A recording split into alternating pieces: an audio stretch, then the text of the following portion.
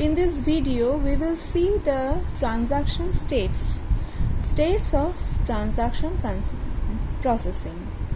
So begin transaction.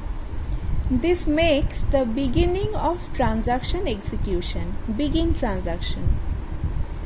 Read or write.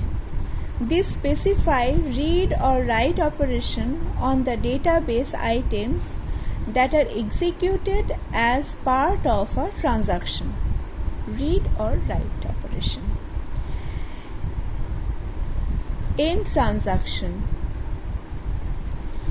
This specify that read or write transaction operations have ended and marks the end of transaction execution.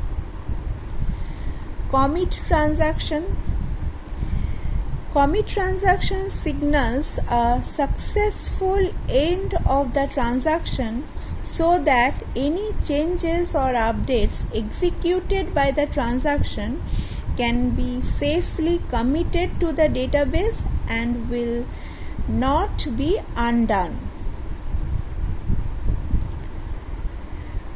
Rollback or abort.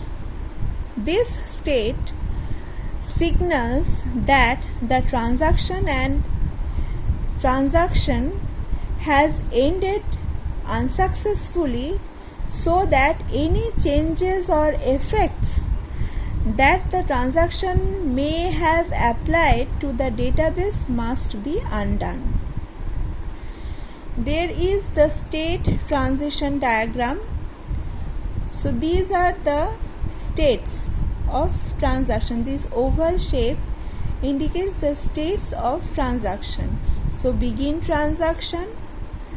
When our transaction begin, it is in active state. Here we read or write in the transaction. Then it ends transaction if it partially committed. Otherwise, it can abort the transaction. This transaction will be failed transaction. Okay, and after commit operation, the state of the transaction is committed. This is the state transition diagram.